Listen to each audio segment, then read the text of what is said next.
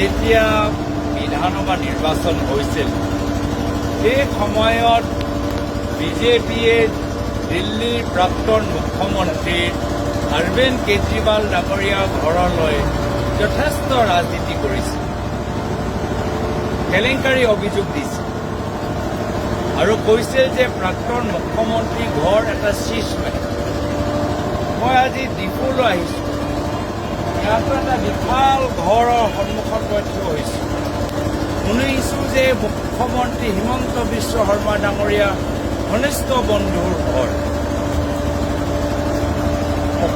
দেখিলেই যেন লাগে যে দিল্লীৰ শীৰ্ষমহলতকৈ বেছি সাংঘাতিক ডাঙৰ হৈছে ডিফুৰ শীৰ্ষমহল, আৰু দিল্লীৰ শীৰ্ষমহলতকৈ কোটি কোটি টকা বেছি খৰচ কৰা গৈছে এই শীৰ্ষমহলত।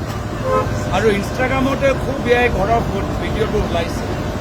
এতিয়া মই জানিবলৈ বিচাৰোঁ ইনকাম টেক্স ইডি কিবা কৰিবনে? প্ৰধানমন্ত্ৰী মোদী ডাঙৰীয়া, আপোনাক এই ভিডিঅ'ৰ যোগেদি জনাইছোঁ, না খাওঁগা না খানে দুংগা কৈছিল।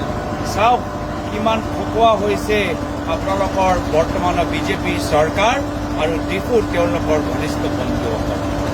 নমস্কাৰ, কাৰ্ডম।